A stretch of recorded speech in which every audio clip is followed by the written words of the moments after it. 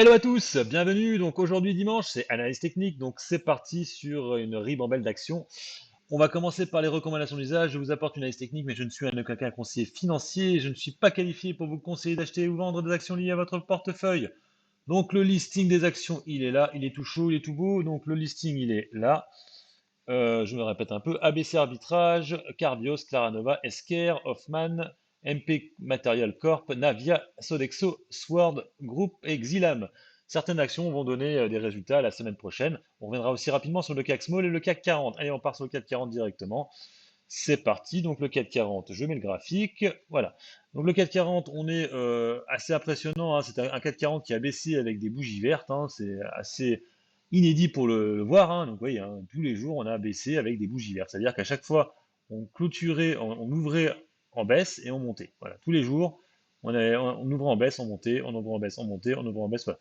Toute la semaine ça a été ça, ultra impressionnant. Malgré une tendance qui était légèrement baissière, on a eu à chaque fois pareil, hein, le matin en baisse et l'après-midi en hausse, donc assez impressionnant. BCE, Power. Bon, rien de spécial à dire, à part qu'on voit qu'on est sur une tendance haussière et que tout le monde veut acheter, malgré toutes les mauvaises news. Ensuite, pour le CAC Small et Small Cap, donc le CAC Small, c'est un peu différent, on a un peu plus de rouge là pour le coup. On est quand même sur un double bottom, là, vous voyez ici, double top, pardon, à 13 625 points. On se maintient au-dessus de la MM20. Bon, faut savoir que les small caps, hein, je l'ai déjà dit plusieurs fois, on était beaucoup plus haut en 2018. C'est pas nouveau ça, donc bon, hein, elle pourrait chuter beaucoup plus rapidement que le CAC 40 si il y a des retournements. Alors, on commence par ABC Arbitrage qui est limite une small cap. Je dis limite parce que bon, on est à 400 millions de. Ouais, c'est une small cap, hein. Donc c'est une small cap qui vous verse des gros dividendes, hein, à peu près 7% de dividendes qui a énormément corrigé suite aux résultats.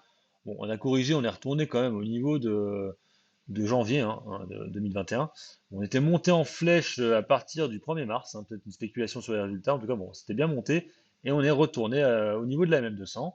Donc on pourrait effectivement essayer de faire un achat vers les 7,31 €. Là, on est beaucoup plus haut actuellement, donc si ça rebaisse. Ouais, si ça rebaisse pas, essayez de la prendre à ces niveaux-là. De toute façon, c'est sur du long terme, hein, pour jouer le dividende qui est versé trimestriellement sur Carbios. Sur Carbios, sur ABC Arbitrage, excusez-moi. Ensuite, nous avons, ben voilà, c'était celle que je voulais faire, Carbios, voilà, c'est ce que j'en parlais. Donc là, c'est une sortie d'un screener, hein, vous voyez, c'est la première fois qu'on repasse en dessous de la MM20. Hein, vous voyez, ça faisait depuis le mois de le 23 février qu'on était passé en dessous de cette MM20, on n'arrivait plus à passer dessus, hein. Vous voyez, là, on avait clôturé, on avait tapé, on était redescendu en dessous. Là, on a clôturé au-dessus de la MM20 avec une parabole SR qui change de tendance, des retours des volumes, une MACD qui repart aussi sur une belle petite tendance haussière. On pourrait dans un premier temps essayer de jouer les 53 euros, voire même retourner aux 61 euros, même si bon, sur la valeur, euh, on était quand même très haut. Mais bon, ce qui n'empêche qu'on pourrait déjà viser, ouais, même dans un premier temps, plutôt les 47, 46, 47 euros. Ensuite, ici, les 53 euros. Et après, peut-être les 62 euros. Voilà. Pour l'instant, on n'a jamais rebondi sur la même 200, par contre, hein, vous voyez, hein. On a juste là, aujourd'hui, cassé la même. Enfin, c'était vendredi. Alors, donc, ensuite, qu'est-ce qu'on a d'autre comme belle action? On a Claranova. Alors là, c'est pas une belle action. C'est une action qui fait du sur place, hein, depuis pas mal de temps. Mais il y a les résultats la semaine prochaine, les résultats semestriels. Donc voilà, Claranova, on s'appuie souvent sur sa MM200, on est toujours sur cette espèce de range, on fait pas grand-chose, les résultats vont être ce qu'ils vont être, hein. Ça fait des années que les résultats sont plutôt bons chez Claranova. On fera peut-être voir le résultat net s'il continue à être positif ou il retourne négatif. En tout cas, là, hein, on est vraiment dans une tendance très neutrale, hein, voilà, on fait juste des ranges. Donc bon, en espérant que les résultats soient normaux, comme d'hab, c'est-à-dire bon, mais que ça baisse, hein, comme souvent avec la Nova, donc on la reprendra à 6,31 € et on attendrait la prochaine montée à 7,26 € pour alléger sa position, voire entièrement sortir, vu qu'elle tape des ranges. Après, si on arrive à casser ces 7,25 €, même 7,55 €, on arrive à repasser vers les 8 euros, là enfin ça pourra retourner vers les 11 euros sur Claranova. Ensuite, qu'est-ce que nous avons d'autre? Nous avons Esker, donc là c'est une plus grosse valeur déjà Esker, on flirte avec les 200 euros, il me semble. Donc Esker qui était vraiment sur un très mauvais trend baissier, on a perdu énormément sur Esker. Regardez, hein, cette baisse, hein, qui est assez monumentale. on a perdu, mine de rien, 23% sur le dossier. Bon, là, on est un peu plus haut maintenant, on est à moins 18. Voilà, c'est pas top top. Bon, là, les résultats, non, c'est pas les résultats, c'est juste qu'en fait, c'est mon pro screener qui m'a sorti parce que on a donc le gap haussier qui casse la MM20, parabole SR qui change de tendance aussi, retourne aussi des volumes et la MACD qui change de tendance. Après, moi, ce qui me questionne un peu, c'est cette espèce de doji d'incertitude qui serait plutôt un doji baissier, parce qu'on voit que voilà, le marché a ouvert là et monté, monté, monté, monté, monté, et finalement, on s'est dit, oula, on monte pour rien, et ça a redescendu, et on a fait du surplace. Donc ça, en général, ces dojis-là, je les aime pas trop. C'est mieux d'avoir des dojis inversés, hein, comme ça, hein. Donc là, on pourrait la reprendre au niveau de la, ouais, bah, là, de toute façon, ces niveaux-là à 193 euros. Viser peut-être dans un premier temps les 212 euros, et peut-être après retourner au plus haut à 240 euros. Après, les résultats ont un peu déçu quand même, hein. Faut avouer que voilà, hein, depuis qu'il y a eu les résultats, ça s'est quand même pas mal effondré. Bon, pour l'instant, on est toujours au-dessus de la MM200, donc on est toujours sur une belle tendance haussière, même si la MM20, pour l'instant, on est passé au-dessus. Donc, à voir si ça reste ou pas, lundi. Ensuite, qu'est-ce que nous avons? Nous avons Hoffman, le cimentier bio, donc Hoffman aussi, résultat la semaine prochaine. Donc Hoffman, belle spéculation sur le résultat. Elle aussi, bon, elle est ressortie aussi sur un screener. Donc effectivement, moyenne mobile sur 20 jours, on repasse au-dessus. Bon, là, ça faisait peu de temps qu'on était passé en dessous. Volumes qui reviennent, bon, une spéculation sur les résultats, je pense. Donc, de deux choses l'une, si les résultats sont pas extraordinaires, on pourrait du coup en reprendre par ici, vers les 31,50 €. Si les résultats sont mieux qu'espérés, on pourrait, on va essayer d'apprendre moins cher, on va essayer d'apprendre à 31,20 €. Et après, si vraiment c'est pas bon du tout, à 25,90 €. Mais j'y crois pas trop, mais bon, au niveau de la MM200. Voilà pour Hoffman. Ensuite, qu'est-ce que nous avons d'autre? Alors, MPK Material, je la ferai à la fin, c'est une action américaine. Donc on a Navia, hein, la petite valeur que tout le monde adore, hein, les réseaux sociaux, donc qui fait pas grand-chose, hein, voilà, tendance baissière, hein, les plus bas sont de plus en plus bas à chaque fois. Donc là, on est de plus en plus bas, on avait un gap à combler, on l'a comblé, on a carrément cassé, on est passé encore beaucoup plus bas. Bon, avec les perchevreux qui dilapident le cours de bourse, hein, avec leur, j'allais dire, la dilution d'actions, hein. Donc, à 2,56 €, toujours pareil, hein, ce serait bien d'essayer d'en prendre hors des Bollinger, hein, on l'a vu comme ici, là c'était pas mal d'en prendre à 2,54 €. Donc dès que vous la voyez hors des Bollinger, c'est-à-dire que lundi, hein, vers ces niveaux-là, de 45, ça pourrait avoir le coup. On pourrait peut-être déjà remonter déjà dès lundi, hein, c'est possible. Donc voilà, soit 2,45, soit vous la prenez en mode FOMO, ça repart avec pas mal de volume. À voir, en tout cas, au niveau de la MACD, c'est pas très très beau. Les volumes sont quand même assez forts en baisse, donc voilà, c'est pas très très joli. C'est pas de la super bonne valeur actuellement sur du long terme à voir, mais actuellement c'est un peu compliqué. Ensuite, résultat aussi de. Donc, par contre, pour Navia, comme je vous disais, avoir aussi les résultats. Donc, ce sera les résultats, donc compte de résultats. Le chiffre d'affaires, on le sait déjà, il était en baisse, hein, de 29%, il me semble, un truc comme ça. On sait qu'ils étaient mauvais. Peut-être qu'on price déjà les résultats qui vont arriver. Sodexo, résultat aussi. Donc Sodexo, on est quand même sur une belle tendance depuis quelques temps. Elle avait été sortie du 440, ça avait été un peu déçu les investisseurs, puis derrière c'était remonté assez fortement. Bon, Sodexo, le problème c'est que les résultats vont pas être extraordinaires.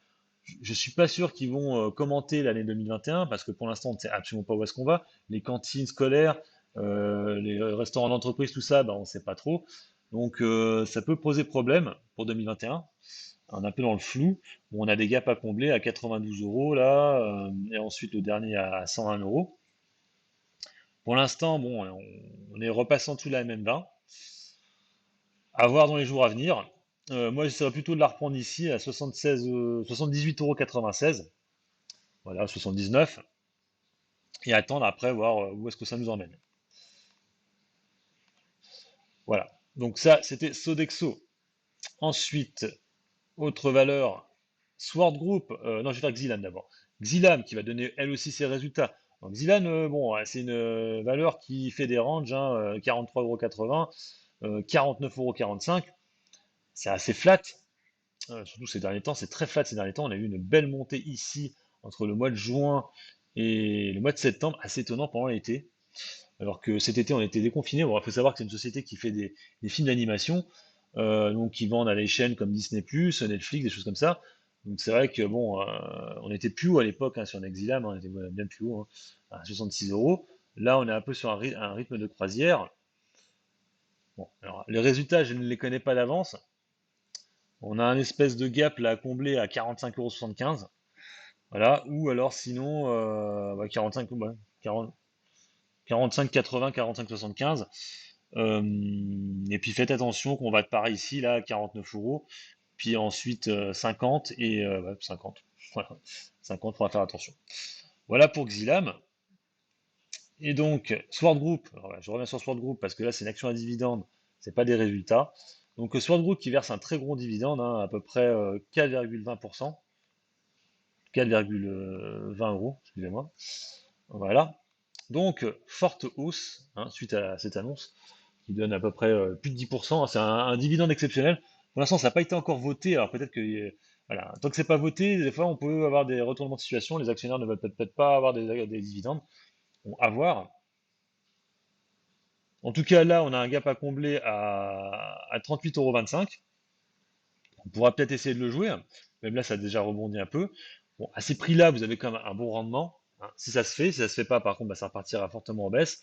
Après, bon, sur du long terme, je ne peux pas vous dire. Je la connais pas vraiment. Après, c'est quand même pas une valeur qui bouge beaucoup, hein.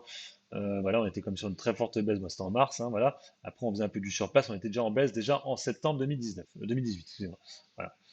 Donc, attention, c'est vrai qu'on était bien reparti avant euh, le, le Covid, hein, et c'était reparti en flèche. Là, bon, bah, la grosse montée est principalement due à ce fameux dividende exceptionnel de par la trésorerie. Ils n'avaient pas de versé de dividende l'année dernière, c'est pour ça aussi. Voilà pour Sword Group. Donc là, effectivement, bon, faut rentrer, ouais, comme je vous l'ai dit, au commandement du Gap ou par là, à 38,50 € et attendre de voir si le dividende est versé ou pas. Donc la dernière valeur, c'est une valeur américaine que je vais sélectionner. Alors vous connaissez les terres rares. Donc c'est une valeur qui est dans les terres rares, donc marché américain, New York Stock Exchange. Donc c'est une valeur qui a été introduite il y a très peu de temps, qui a déçu au début et qui est bien montée en flèche, hein. Donc on est sur du 240% de hausse depuis ses plus hauts.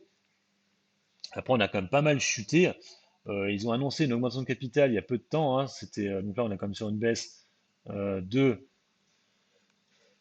31%. Donc là, il y a eu une annonce d'augmentation de capital, hein, de 600 millions d'euros, un peu comme Neoen. Donc là, on a eu un rebond technique pour réintégrer les Bollinger. Après, vous avez vu, ça a rechuté. Là, pour l'instant, on est comme sur une mauvaise tendance. Je serais plutôt de la reprendre par là, 28,45 $. Ouais, 28,45 $, pour vraiment être sûr. Après, on a un deuxième gap, une deuxième fois là, à 22, 23 $. Voilà. Après, si ça ne le fait pas, c'est que c'est pas bon, hein. Là, ça continue à rachuter, c'est que ça va pas. Comme je vous dis, donc terre rare, principalement en Chine et aux États-Unis. Euh, Après, j'ai pas regardé vraiment les fondamentaux de la société. Ouais, c'est vraiment un petit achat spéculatif, pour de la spéculation plutôt, sur une logique terre rare qui est énormément demandée actuellement avec tout ce qui est téléphonie, voiture, processeur et compagnie. Voilà. Allez, sur ce, je vous laisse. N'hésitez pas à mettre des commentaires sous la vidéo, à vous abonner à la chaîne et un petit pouce bleu, c'est motivant. Allez, sur ce, je vous laisse. Bonne semaine à tous, bon investissement et bon trade. Ciao!